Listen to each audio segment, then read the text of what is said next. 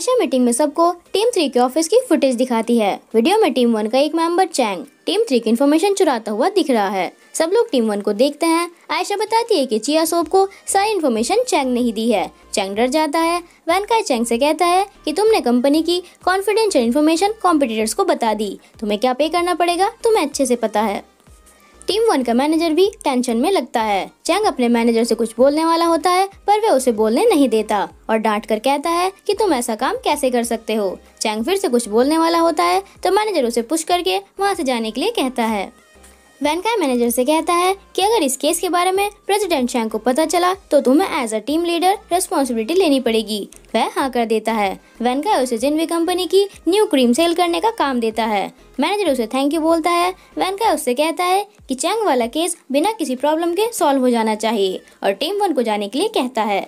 युतांग CEO से कहती है कि आप इन्हें ऐसे कैसे छोड़ सकते हो, इन्हें रिस्पॉन्सिबिलिटी लेनी होगी। वैनकाई कहता है कि किसी को जॉब से निकालना इजी नहीं होता।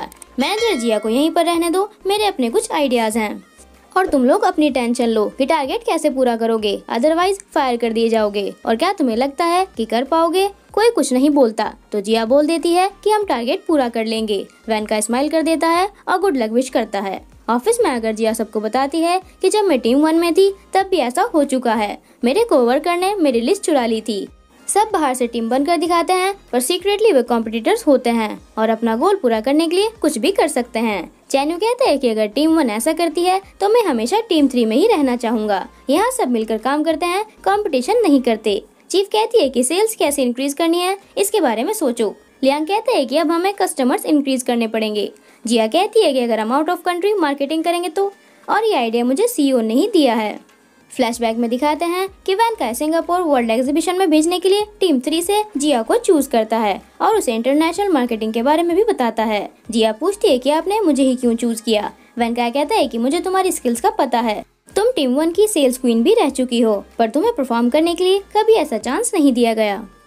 सिंगापुर में मार्केट एक्सपेंड करने के लिए मुझे तुम्हारी हेल्प चाहिए। मुझे पता है तुम्हें अपने बेबी की केयर भी करनी है, तो क्या तुम ये काम कर पाओगी? जिया हाँ कर देती है।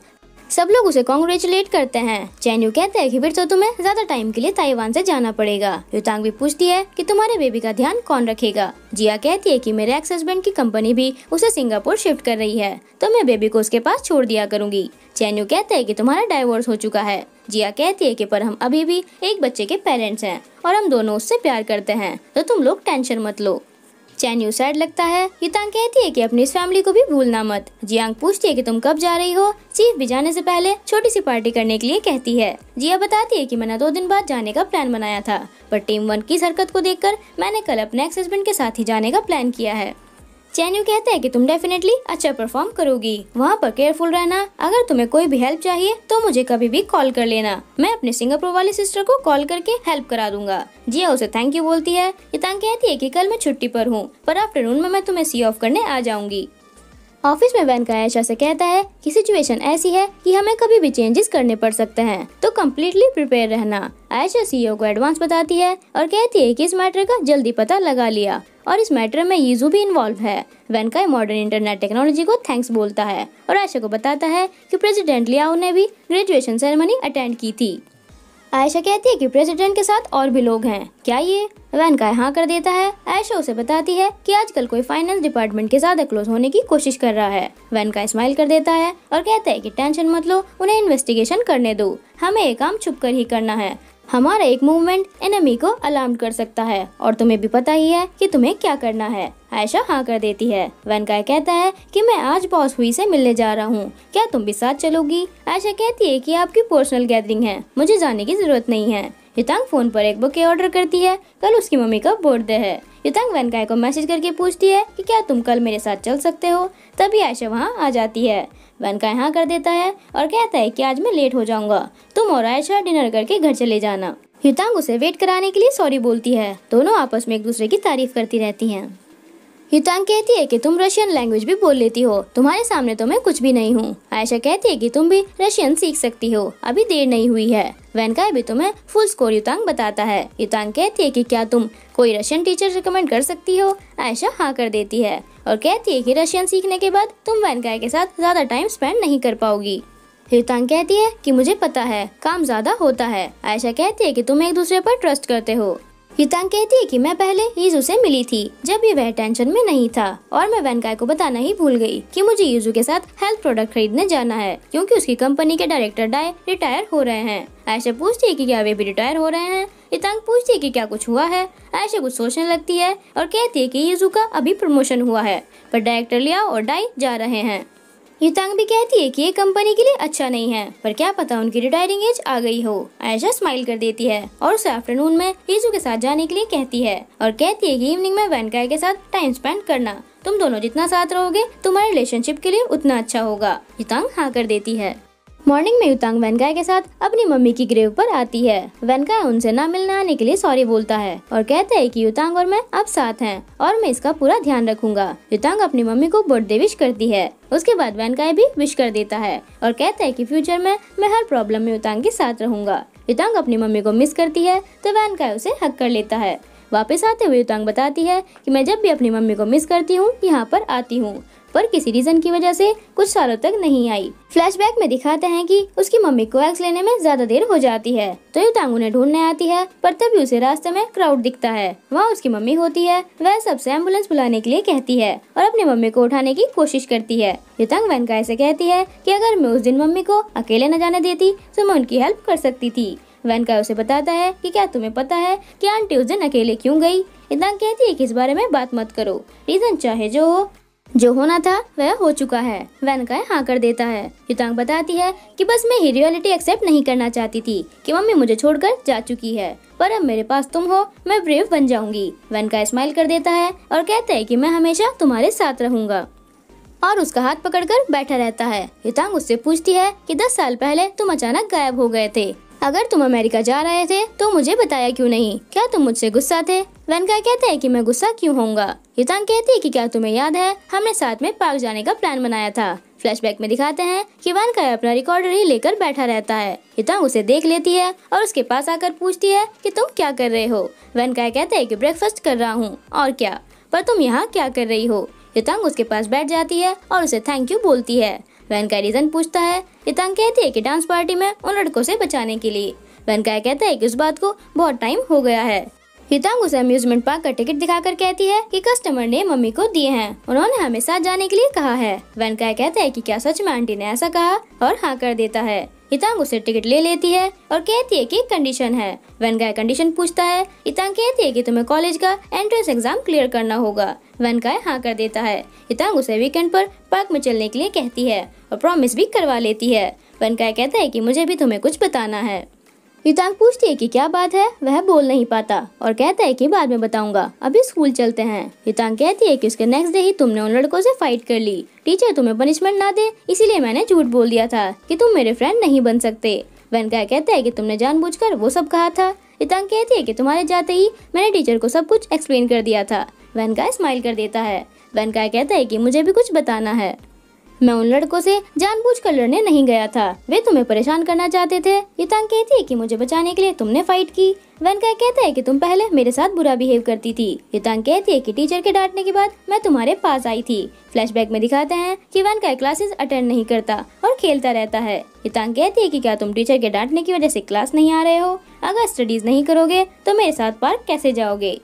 वेनकाई कहते हैं कि मैं तो बैड स्टूडेंट हूँ ना, और तुम्हारे साथ जाना कौन चाहता है? वेनकाई टिकट फाड़ देता है और वहीं फेंक कर चला जाता है। युतांग सैड हो जाती है। वेनकाई कहता है कि तुम्हें सब कुछ इतने अच्छे से कैसे याद है? युतांग कहती है कि तुम गुस्सा थे इसीलिए गए थे ना। वेनकाई कहते हैं कि ये सब पास्ट की बातें हैं। युतांग कहती है कि मैंने लास्ट टाइम तुम्हें तब देखा था जब मेरी मम्मी की डेथ हुई थी। जब मैं उठी तो तुम जा चुके थे और उसके बाद तुम कभी वापस नहीं आए। वेनकाई उसे सॉरी बोलता है। युतांग कहती है कि मैं चाहती थी कि तुमसे मिलूं और अपना लक टेस्ट करने के लिए वीकेंड पर अम्यूजमेंट पार्क गई थी, पर तुम नहीं आए। वेनकाई कहता है कि तुम्हें कैसे पता मैं नहीं गया था? युतांग कहती है कि क्या तुम गए थे, और अगर गए थे तो मैंने क्यों नहीं देखा? वेनकाई कहता है कि तुम्हें पास्ट की बहुत फिक्र है, क्या पहले तुम भी मुझे लाइक करती थी? युतांग पूछती है कि तुमने मुझे लाइक करना कब स्टार्ट किया? वेनकाई कहता है कि नहीं बताऊंगा। युतांग उसके पीछे भागती है। वेनकाई गायब हो जाता है। युतांग उसे सामने आने के लिए कहती है, पर वह नहीं आता। युतांग डर जाती है। तभी वेनकाई आकर उसे हक कर लेता है। युतांग कहती है कि ये मजाक नहीं था और उसे हक कर लेती है और कहती है कि दोबारा गायब मत होना। वेनकाई उसे सॉरी बोलता है और कभी ना छोड़कर जाने का प्रॉमिस करता है और उसे किस कर लेता है। युतांग कहती है कि मैंने कभी नहीं सोचा था कि हम साथ हो पाएंगे। वेनकाई कहता है कि क्या इसीलिए कि तुम टॉप स्टूडेंट थी और मैं डल। युतांग मना करती है और कहती है कि फ्यूचर में मुझे जब भी तुम्हारी जरूरत पड़ेगी तुम्हें आना होगा। वेनकाई उसे प्रॉमिस कर लेता है और उसे हक कर लेता है। तभी उसे आयशा का कॉल आ जाता है। वह उसे काम की अपडेट देती है कि सब सेट है। वेनकाई कहता है कि मैं जॉनी से आज रात मिलूंगा। युतांग पूछती है कि जॉनी कौन है। वेनकाई उसे नहीं बताता और कहता है कि तुम्हें जिया को ड्रॉप करने भी तो जाना है, घर जाकर चेंज कर लो। जाते हुए वेनकाई कहता है कि जब तुम पजल फिनिश कर लोगी तो तुम्हारे क्वेश्चन के आंसर मिल जाएंगे। युतांग कहती है कि क्या पजल में ही आंसर है। वेनकाई कहता है कि अगर पजल फिनिश करने के बाद भी तुम्हें आंसर नहीं पता चला तो मैं सब बता दूंगा। युतांग कहती है कि 10 साल वेट किया है, थोड़ा और कर लूंगी। वेनकाई किसी से कहता है कि अब से मेरे एम्प्लॉय का ध्यान रखना और तुम पहले से बहुत चेंज हो गए हो।